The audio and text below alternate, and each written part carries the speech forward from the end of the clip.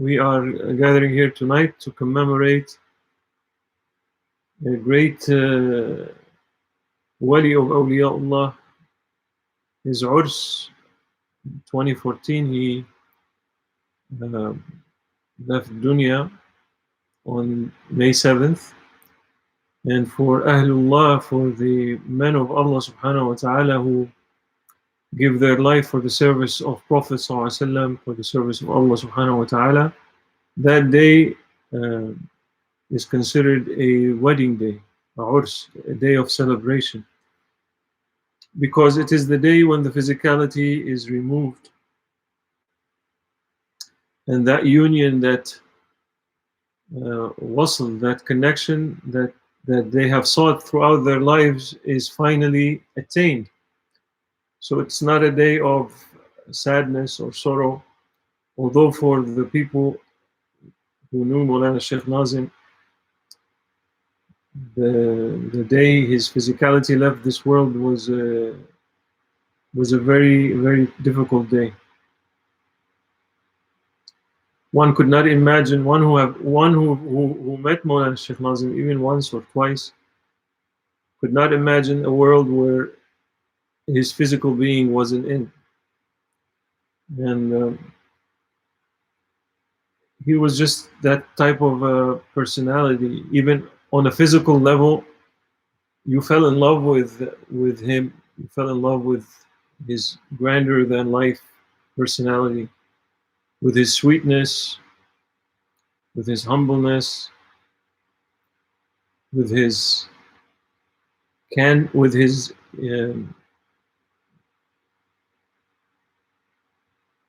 care. He showed so much care for the people in his presence. Genuinely, people felt that when they're speaking to him that they were the only ones, even there's a room full of people, but they felt that they were the only one in his presence. His sweetness, his sense of humor, Mawlana Shaykh Nazim. Allah subhanahu wa ta'ala sanctify his soul and raise him higher and higher. For those who met him, they understand exactly what we are saying. For those who haven't met him, Mawlana Shaykh Nazim comes from a line of grand masters, grand awliya, grand mashayikh of Tariqa al-Naqshbandiyya al-Aliyya. And he was one of the people who, the secret of Prophet ﷺ in this tariqah, the secret of Sayyidina Abu Bakr as-Siddiq that came through that line, that he was carrying that secret, Mawlana Shaykh Nazim. There are many mashayikh, even many awliya, but for every line of tariqah there must be one that is carrying the secret of that tariqah. And Mawlana Shaykh Nazim was that one, carrying it from Shaykh Abdullah Faiz Darstani, who carried it from Shaykh Sharafuddin Darstani, all the way up Sayyidina Abu Bakr as-Siddiq radiyallahu anhu wa arda, to Sayyidina Muhammad sallallahu alayhi wa alihi wa sahbihi wa sallam. So these are not people that came into dunya and worked hard and they attained. Oh, this is from Yawm al-Ahdi wal-Mithaq. This is from the day of Alastu bi Rabbikum qalu bala. This personality was granted this honor and rank from that time. They come into the dunya and Allah subhanahu wa ta'ala then, through cause and means, they meet their shaykh, and then their shaykh passes on the secret to them, and they become. But that is preordained and predestined. So they are huge lights and souls coming into this world to do the service on behalf of Prophet ﷺ, of guiding the ummah,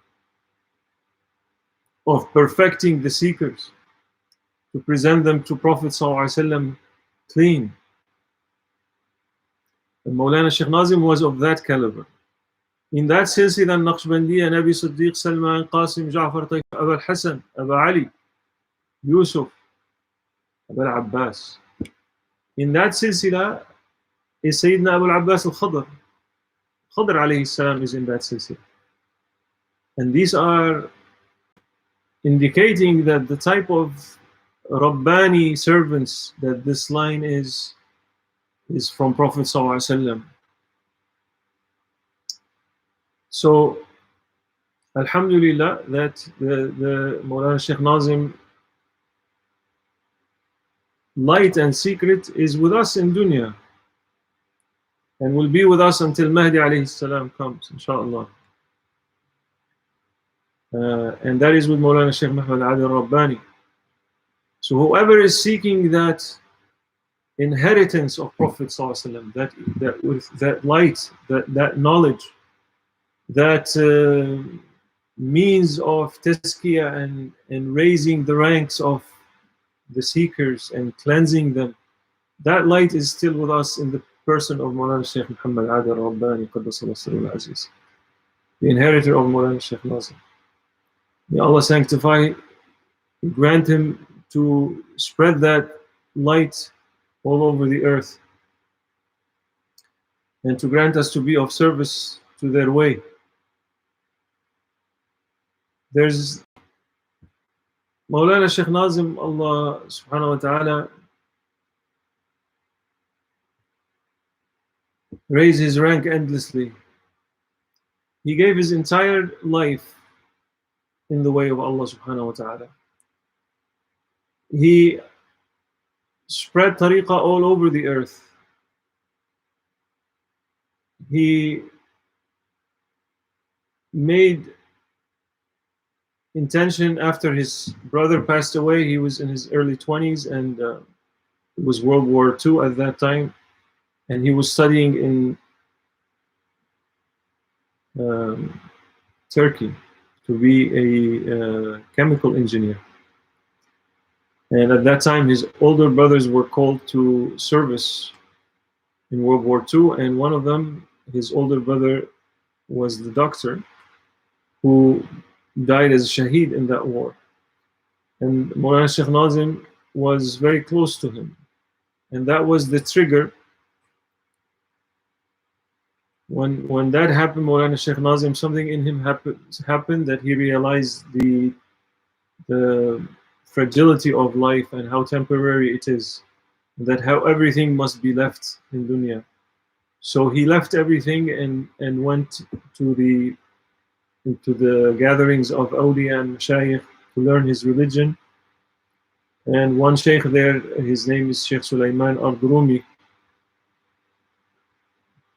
was teaching him until he reached a point and he said, "My son, your ahd, your secret, your whatever has been granted to you on Day of Judgment is not with me, it is with the Sultan of Awliya of this time, with the Ghawth of this time, Shaykh Abdullah al-Faiz Dagestani in Sham." And so Mawlana made that trip and stayed in Homs for 1 year, studying also until he reached Sham. And instantly he knew that one is, he said, he realized who that one is. And he fully made taslimiyah after sitting with him for 1 hour and hearing what he was saying and whatever was pouring from Mawlana Shaykh Abdullah's heart.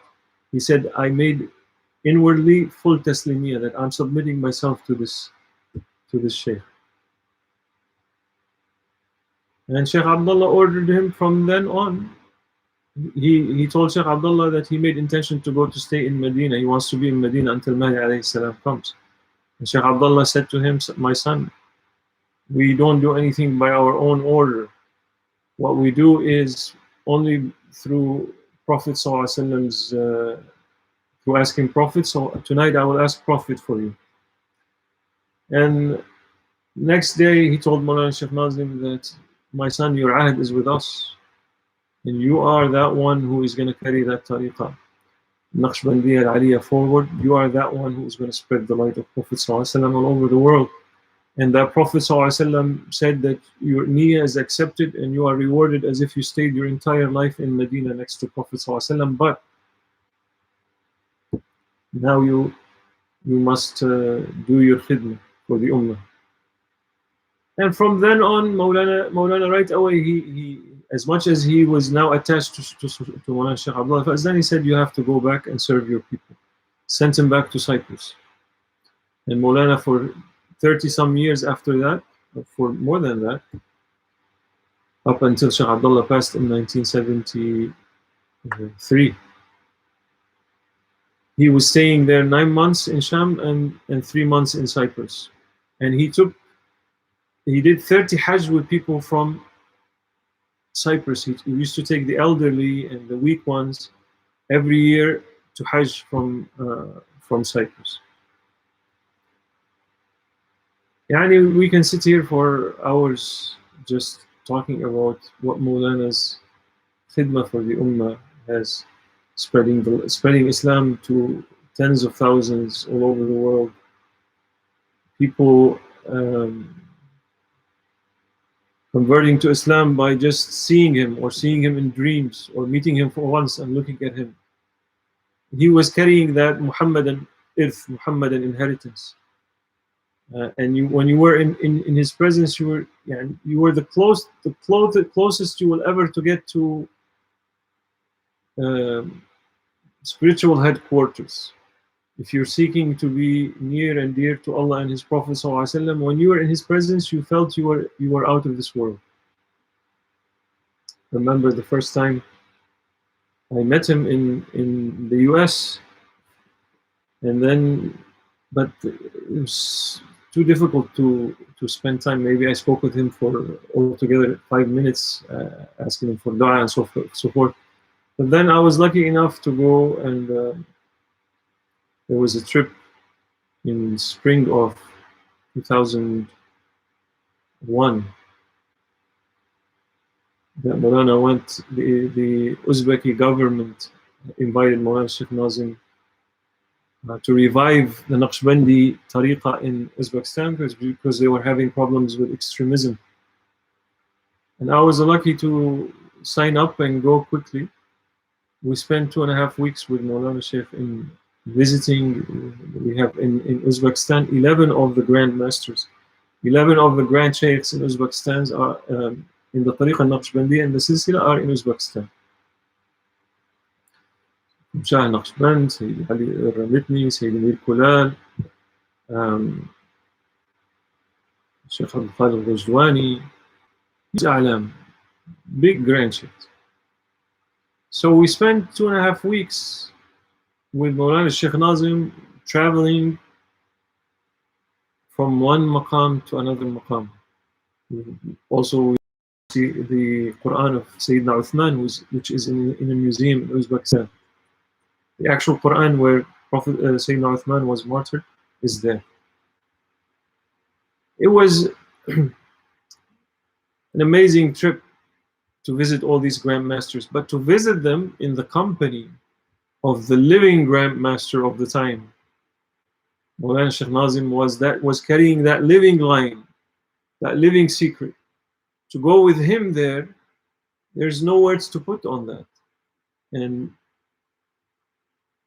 it was all new to me at that time, but I felt that I literally I was no longer in this world on that trip.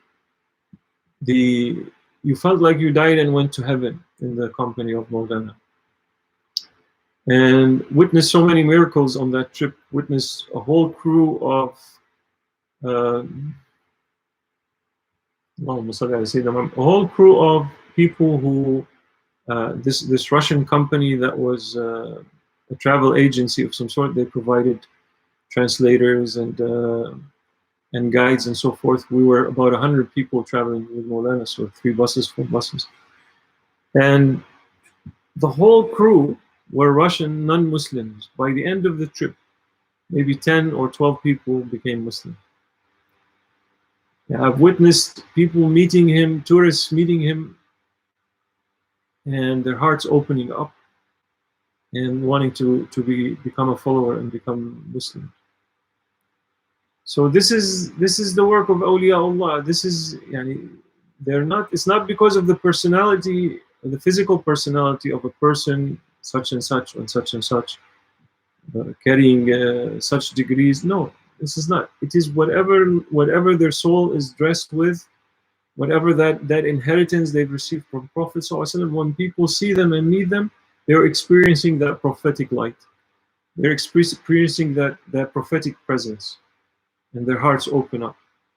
And today, as Mawlana Shaykh Muhammad, may Allah bless him, has said, now they're hidden because people stopped believing. Only few of the awliyas are known to be awliya now, but the majority of them are hidden, unknown to people.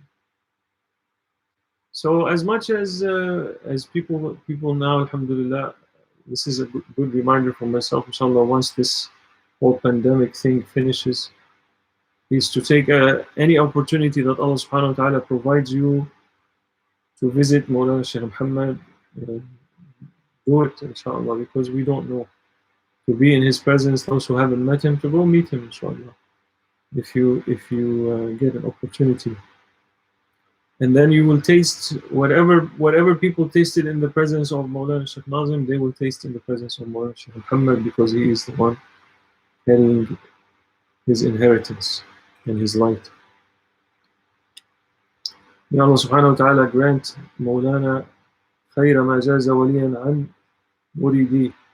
He literally saved us, saved so many thousands of people from the hands of shaitan, saved us from the from the mud of our egos, and granted us an opportunity to seek nearness to Allah subhanahu wa ta'ala.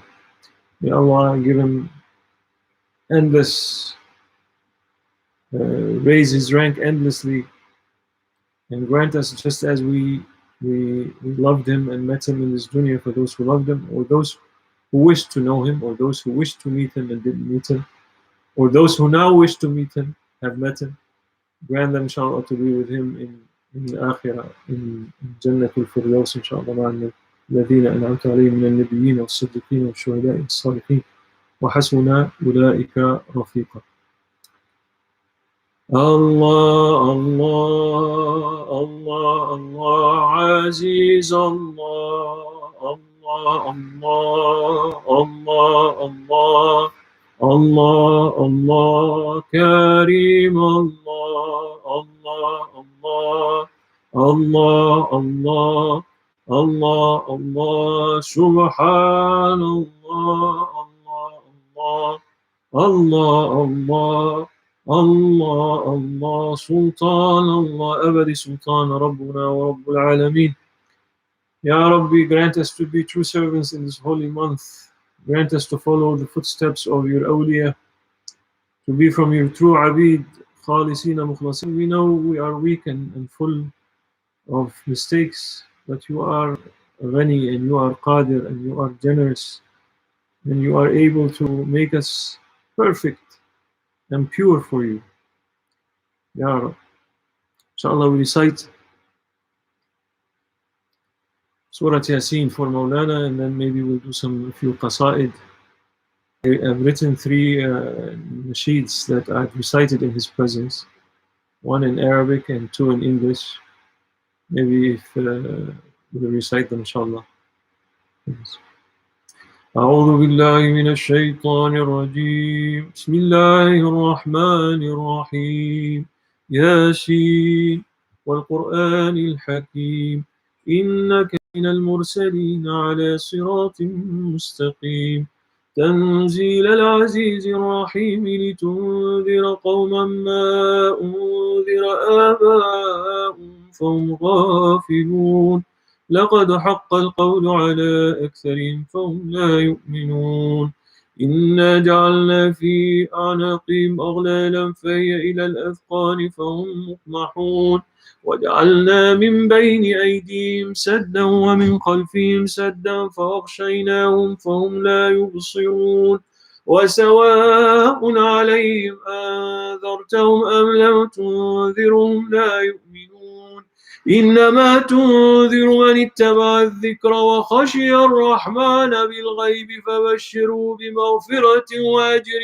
كريم إنا نحن نحيي الموتى ونكتب ما قدموا وآثارهم وكل شيء أحصيناه في إمام مبين واضرب لهم مثلا أصحاب القرية إذ جاءها المرسلون إذ أرسلنا إليهم اثنين فكذبوهما فعززنا بثالث فقالوا إنا إليكم مرسلون قالوا ما أنتم إلا بشر مثلنا وما أنزل الرحمن من شيء إن أنتم إلا تكذبون قالوا ربنا يعلم إنا إليكم لمرسلون وما علينا إلا البلاغ المبين قالوا إنا تطيرنا بكم لئن لم تنتهوا لنرجمنكم وليمسنكم منا عذاب أليم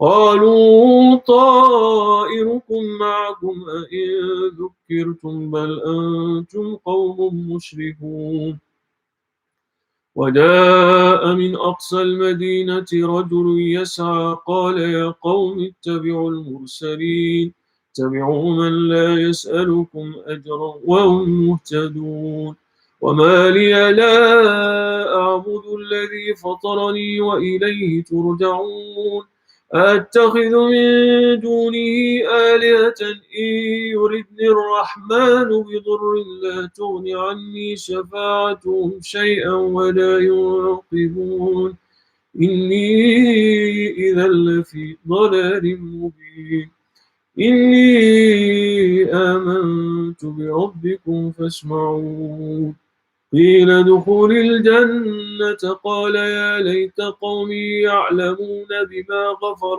لي ربي وجعلني من المكرمين وما أنزلنا على قومه من بعده من جند من السماء وما كنا منزلين إن كانت إلا صيحة واحدة فإذا هم خالدون يا حسرة على العباد ما يأتيهم من رسول إلا كانوا به يستهزئون ألم يروا كما أهلكنا قبلهم من القرون أنهم إليهم لا يرجعون وإن كل لما جميع لدينا محضرون وآية لهم الأرض الميتة أحييناها وأخرجنا منها حبا فمنه يأكلون وجعلنا فيها جنات من نخيل وأعناب وفجرنا فيها من العيون ليأكلوا من ثمره وما عملته أيديهم أفلا يشكرون سبحان الذي خلق الأزواج كلها مما تنبت الأرض ومن أنفسهم ومما لا يعلمون وآية لهم الليل نسلخ منه النهار فإذا هم مظلمون والشمس تجري لمستقر لها ذلك تقدير العزيز العليم والقمر قدرناه منازل حتى عاد كالعرجون القديم لا الشمس ينبغي لها أن تدرك القمر ولا الليل سابق النهار وكل في فلك يسبحون وآية لهم أنا حملنا ذريتهم في الفلك المشحون وخلقنا لهم من مثله ما يركبون وإن نشأ نغرقهم فلا صريخ لهم ولا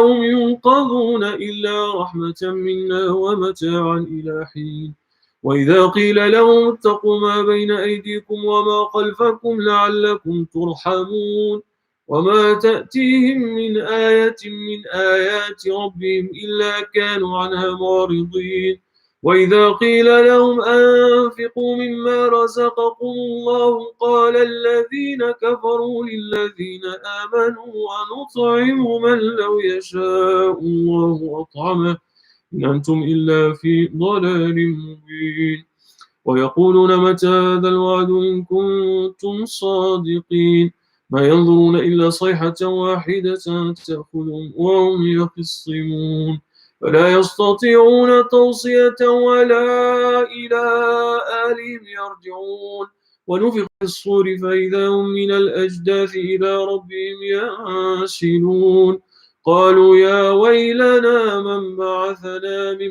مرقدنا هذا ما وعد الرحمن وصدق المرسلون إن كانت إلا صيحة واحدة فإذا هم جميع لدينا محضرون فاليوم لا تظلم نفس شيئا ولا تجزون إلا ما كنتم تعملون إن أصحاب الجنة اليوم في شغل فاكهون هم وأزواجهم في ظلال على الأرائك متكئون لهم فيها فاكهة ولهم ما يدعون سلام قولا من رب رحيم سلام قولا من رب رحيم سلام قولا من رب رحيم وامتازوا اليوم أيها المجرمون ألم أعهد إليكم يا بني آدم ألا تعبدوا الشيطان إنه لكم عدو مبين وأن يعبدوني هذا صراط مستقيم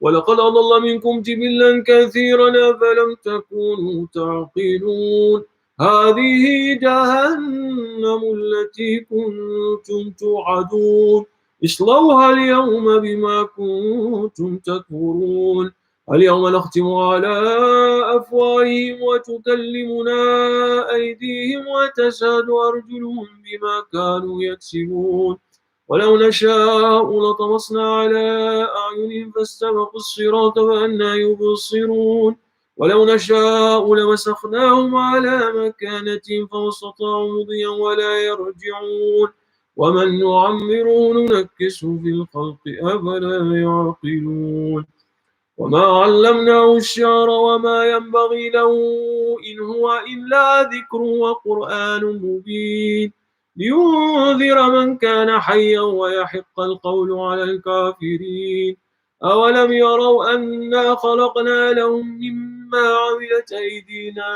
أنعاما فهم لا مالكون وذللناها لهم فمنها ركوبهم ومنها يأكلون ولهم فيها منافع ومشارب أفلا يشكرون واتخذوا من دون الله آلهة لعلهم ينصرون لا يستطيعون نصرهم وهم لهم جند محضرون فلا يحزنك قولهم إنا نعلم ما يسرون وما يعلنون أولم ير الإنسان أنا خلقناه من نطفة فإذا هو خصيم مبين وضرب لنا مثلا ونسي خلقه قال من يحيي العظام وهي رميم قل يحييها الذي أنشأها أول مرة وهو بكل خلق عليم الذي جعل لكم من الشجر الأخضر نارا فإذا أنتم منه توقدون أوليس الذي خلق السماوات والأرض بقادر على أن يخلق مثلهم بلى وهو الخلاق العليم إنما أمره إذا أراد شيئا أن يقول له كن فيكون فسبحان الذي بيده ملكوت كل شيء وإليه ترجعون كل شيء هالك إلا وجهه له الحكم وإليه ترجعون صدق الله العظيم بسم الله الرحمن الرحيم قل هو الله أحد الله الصمد لم يلد ولم يولد ولم يكن له كفوا أحد الله أكبر بسم الله الرحمن الرحيم قل هو الله أحد الله الصمد لم يلد ولم يولد ولم يكن له كفوا أحد الله أكبر بسم الله الرحمن الرحيم قل هو الله أحد الله الصمد لم يلد ولم يولد ولم يكن له كفوا أحد الله أكبر بسم الله الرحمن الرحيم قل أعوذ برب الفلق من شر ما خلق ومن شر غاسق إذا وقب ومن شر النفاثات في العقد ومن شر حاسد إذا حسد الله أكبر بسم الله الرحمن الرحيم قل أعوذ برب الناس ملك الناس إله الناس من شر الوسواس الخناس الذي يوسوس في صدور الناس من الجنة والناس الله أكبر لا إله إلا الله لا إله إلا الله لا إله إلا الله الله لا إله إلا الله لا إله إلا الله لا إله إلا الله لا إله إلا الله لا إله إلا الله لا إله إلا الله لا إله إلا الله سيدنا ونبينا محمد رسول الله صلى الله تعالى عليه وعلى آله وصحبه وسلم اللهم صل على محمد وعلى آل محمد وسلم اللهم صل على محمد وعلى آل محمد وسلم اللهم صل على محمد وعلى آل محمد وسلم اللهم صل على محمد وعلى آل محمد وسلم اللهم صل على محمد وعلى آل محمد وسلم اللهم صل على محمد وعلى آل محمد وسلم اللهم صل على محمد وعلى آل محمد وسلم اللهم صل على محمد وعلى آل محمد وسلم اللهم صل على محمد وعلى آل محمد وسلم اللهم صل على محمد وعلى آل محمد وسلم صل يا ربي وسلم على جميع الأنبياء والمرسلين وآل كل أجمعين والحمد لله رب العالمين على أشرف العالمين سيدنا محمد الصلوات على أفضل العالمين سيدنا محمد الصلوات على أكمل العالمين سيدنا محمد الصلوات صلوات الله تعالى وملائكته وأنبيائه ورسله وجميع خلقه على محمد وعلى آل محمد عليه وعليهم السلام ورحمة الله تعالى وبركاته ورضي الله تبارك وتعالى عن سادتنا أصحاب رسول الله أجمعين وعن التابعين بهم بإحسان وعن الأئمة المجتهدين الماضين وعن العلماء المتقين وعن الأولياء الصالحين وعن مشايخنا في الطريقة النقشبندية العالية قدس الله تعالى أرواحهم الزكية ونور الله تعالى أضرحتهم مباركة وعلى الله تعالى علينا من بركات مفيضة دائما والحمد لله رب العالمين الفاتح.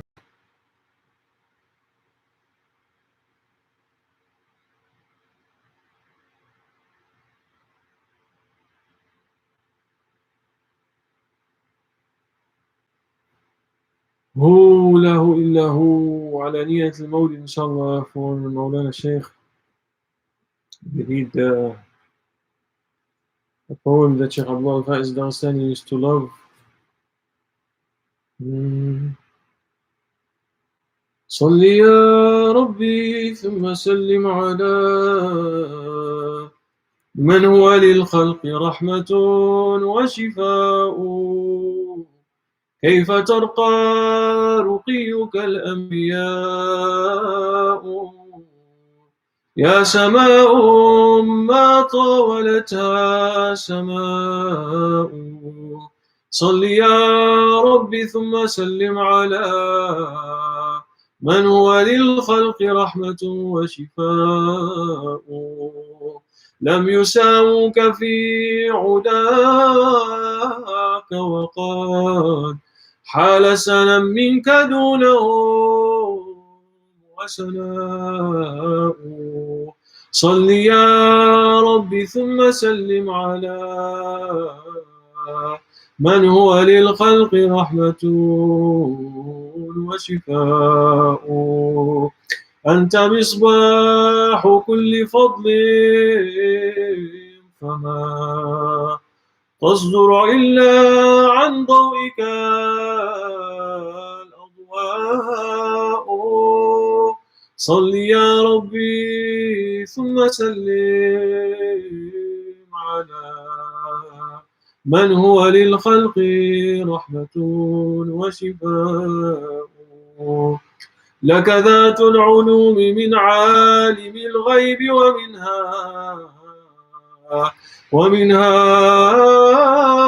لآدم الأسماء. صل يا ربي ثم سلم على من هو للخلق رحمة وشفاء. لم تزل في ضمائر الكون تختار لك الأمهات والآباء. صل يا ربي ثم سلم على من هو للخلق رحمة وشفاء. ما مضت فترة من الرسل إلا بشرت قومها بك الأنبياء. صل يا ربي ثم سلم على من هو للخلق رحمة وشفاء. تتباهى بك العصور وتسمو بك علياء بعدها علياء. صل يا ربي ثم سلم على من هو للخلق رحمة وشفاء. وبدا الوجود منك كريم من كريم آباؤه كرماء. صل يا ربي ثم سلم على من هو للخلق رحمة وشفاء. نسب تحسب العلا بحلاه قلدتها نجومها الجوزاء. صل يا ربي ثم سلم على من هو للخلق رحمة وشفاء. حبذا عقد سؤدد وفخار أنت فيه اليتيمة العصماء.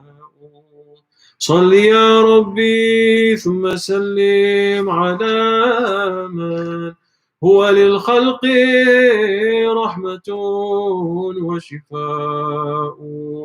مولد كان منه في طالع الكفر وبال عليهم ووباء. فهنيئا به لآمنة الفضل الذي شرفت به حواء. من لحواء أنها حملت أحمدا أو أنها به نفساء. يوم نالت بوضعه ابنة وهب من فخار لم تنله النساء. صل يا ربي ثم سلم على من هو للخلق رحمة وشفاء. ليلة المولد الذي كان للدين سرور بيومه وازدهاء. وتوالت بشرى الهواتف أن قد ولد المصطفى وحق الهناء.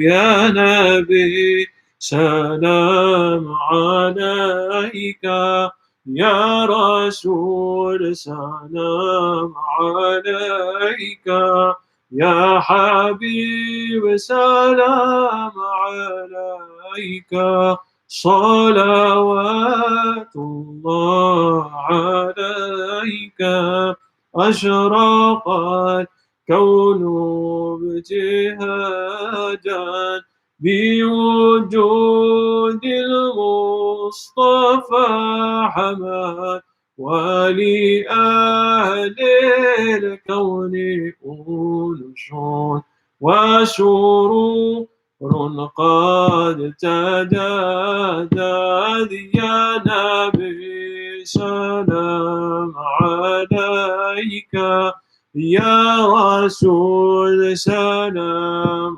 عليك يا حبيب سلام عليك صلوات الله عليك طلع البدر علينا من ثنيات الوداع وجب الشكر علينا ما دعا لله داع أيها المبعوث فينا جئت بالأمر المطاع جئت شرفت المدينة مرحبا يا خير داع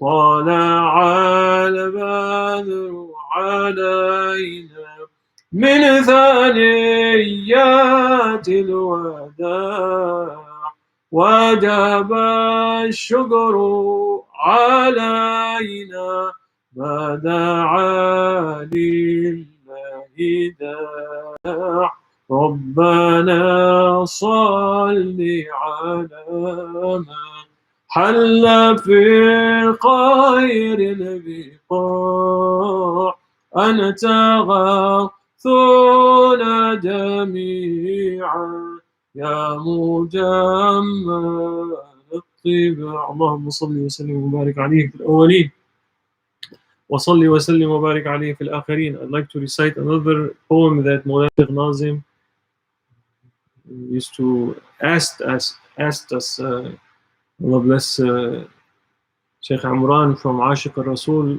We met him, I think it was 2008, something like that, 9. He just came back from Cyprus. We were on our way there in the UK, and he said, he gave me this piece of paper. He said, Mawlana Shaykh Nazim asked us to recite it. But he said at that time he didn't know the melody for it. So he said, since you're going there, if you know the melody, why don't you recite it for Mawlana? And we did, alhamdulillah, recited for him every day we were there. We were reciting Ya Shafi' al-Wara. عليك يا نبي الهدى. Let's see if we can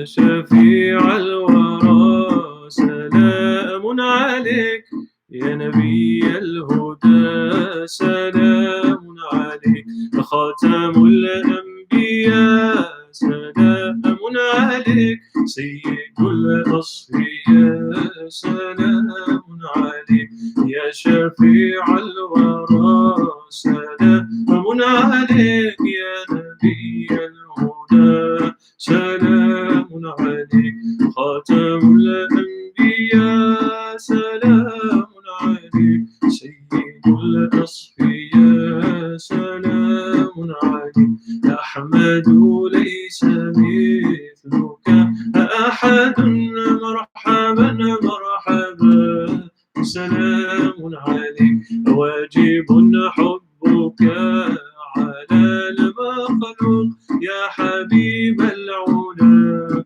سلام عليك يا شفيع الورى سلام عليك يا نبي الهدى سلام عليك خاتم الأنبياء سلام عليك سيد الأسقياء سلام عليك أعظم الخلق أشرف الشرفاء أفضل الأنبياء سلام عليك مهبط الوحي منزل القرآن صاحب الاهتداء سلام عليك يا شفيع الورى سلام عليك يا نبي الهدى سلام عليك خاتم الأنبياء سلام عليك سيد الأصفياء سلام عليك اشفع لي يا حبيبي يوم الجزاء أنت شفيعنا سلام عليك كشفت منك ظلمة الظلماء أنت بدر الدجى سلام عليك يا شفيع الورى سلام عليك يا نبي الهدى سلام عليك خاتم الأنبياء سلام عليك سيد الأصفياء سلام عليك كيف شق القمر بشارته معجز الادعاء سلام عليك مطلبي يا حبيبي مطلبي يا طبيبي مطلبي يا حبيبي ليس سواك أنت مقصودنا سلام عليك يا شفيع الورى سلام عليك يا نبي الهدى سلام عليك خاتم الأنبياء سلام عليك سيد الأصفياء سلام سيدي يا حبيبي مولاي لك روحي فدا سلام عليك سيدي يا حبيبي مولاي لك روحي فدا سلام عليك جينا يا مصطفى سلام عليك جينا يا مجتبى سلام عليك جينا يا مرتضى سلام عليك أفضل الأنبياء سلام عليك يا شفيع الورى سلام عليك يا نبي الهدى سلام عليك خاتم الأنبياء سلام عليك سيد الأصفياء سلام عليك اللهم صل وسلم وبارك على سيدنا محمد عدد من صلى على سيدنا محمد. Inshallah, I'd like to recite a nasheed that we recited for him a few times in English. There's two nasheeds. Most of the people in Naqshbandi, in our silsila, they know we love you, we love you, we love you so much. But it is actually part of a long poem that we wrote for Mawlana 2004, 2003. First time I recited for him was 2007, I think. Oh Allah, Allah, Allah, our master, our teacher, our guiding light. Our love for you is great. Shaykh Nazim, you saved us from the darkest night into the brightest day. Shaykh Nazim, our heavens is to be with you, no matter where you stay. Shaykh Nazim, you are the sun in our lives, please don't throw us away. Shaykh Nazim, we love you, we love you, we love you so much. We love you, what else can we say? Shaykh Nazim, we love you, we love you, we love you so much. We love you, what else can we say? Shaykh Nazim, We love you, we love you, we love you so much. We love you, what else can we say? Shaykh Nazim, we love you. We love you, we love you so much. We love you, what else can we say? Shaykh Nazim. Thank you for everything you did from all of us, Shaykh Nazim. How can we thank you? We don't know our weakness, we confess. Shaykh Nazim, thank you for everything you did from all of us. Shaykh Nazim, how can we thank you? We don't know our weakness, we confess. Shaykh Nazim, we love you, we love you, we love you so much. We love you, what else can we say? Shaykh Nazim, we love you. We love you, we love you so much. We love you, what else can we say? Shaykh Nazim. May Allah sanctify Mawlana. Raise him eternally, endlessly. We recited this for him after zikr in 2007. I think the video is online. And he had his eyes closed, and the whole place was sitting. Shaykh Nazim, we love you, we love you, we love you so much. We love you, what else can we say? Shaykh Nazim. And then he had his eyes closed like that, and he says, Allah loves you. Alhamdulillah. And the second nasheed, we recite a few verses, inshallah, in praise of Mawlana that we wrote.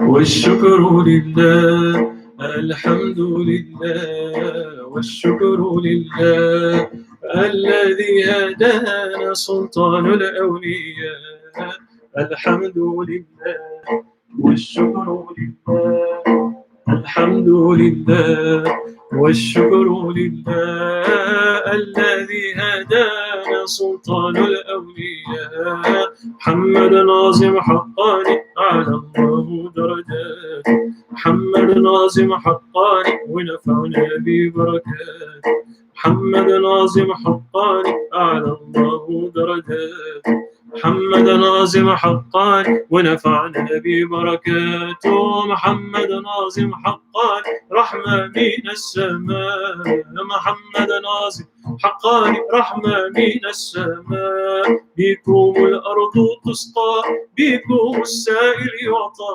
بكم العائل يغنى بكم من ضل يهدى بكم الأرض تسقى بكم السائل يعطى بكم العائل يغنى بكم من ضل يهدى من عرفكم لا يشقى من عرفكم لا يشقى من عرفكم لا يشقى من عرفكم لا يشقى من عرفكم لا يشقى من عرفكم لا يشقى يسلم من كل شقاء الحمد لله والشكر لله الحمد لله والشكر لله الذي هدانا سلطان الأولياء محمد ناظم حقاني أعلى الله درجاته محمد ناظم حقاني ونفعنا ببركاته محمد ناظم حقاني رحمة من السماء